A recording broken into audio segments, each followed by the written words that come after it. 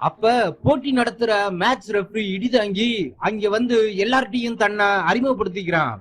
இந்த போட்டி உங்களோட வீரத்துக்கானது.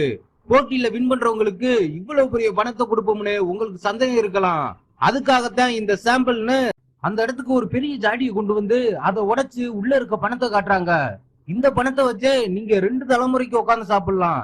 நாங்க போட்டியில கடைசியா கொடுக்க போற பணத்தை வச்சு 100 தலைமுறைக்கு உட்காந்து சாப்பிடலாம்னு இடிதாங்கி ஒரு இடியை இறக்கவும் எல்லாருக்கும் ஏக குசியாயிருது. சரி சரி, இழிச்சது போதும். நான் சொல்றத நல்லா கவனமா கேளுங்க. போட்டியோட விதிமுறையை நான் சொல்லிட்டேன்னா அப்புறம் யாருமே போட்டியில இருந்து விலக முடியாது. அதனால இப்பவே உங்க எல்லாத்துக்கும் ஒரு சான்ஸ் தரேன். நான் 30ல இருந்து தலைகீழா கீழே எண்ணுவேன். அதுக்குள்ள போட்டியில கலந்துக்கிற பயப்படுறவங்க எல்லாம் இப்படியே ஓடி போயிருங்கன்னு ஒரு கர்ஜனையை போட்டுட்டு 30, 29 எண்ண ஆரம்பிக்கிறான் இடிதாங்கி. போட்டியை பத்தி முழுசா தெரிஞ்சுக்காம 100 கோடி பரிசா எவனாச்சும் விட்டு போவானான்னு எல்லாரும் சிரிச்சுட்டு அங்கேயே இருக்காங்க.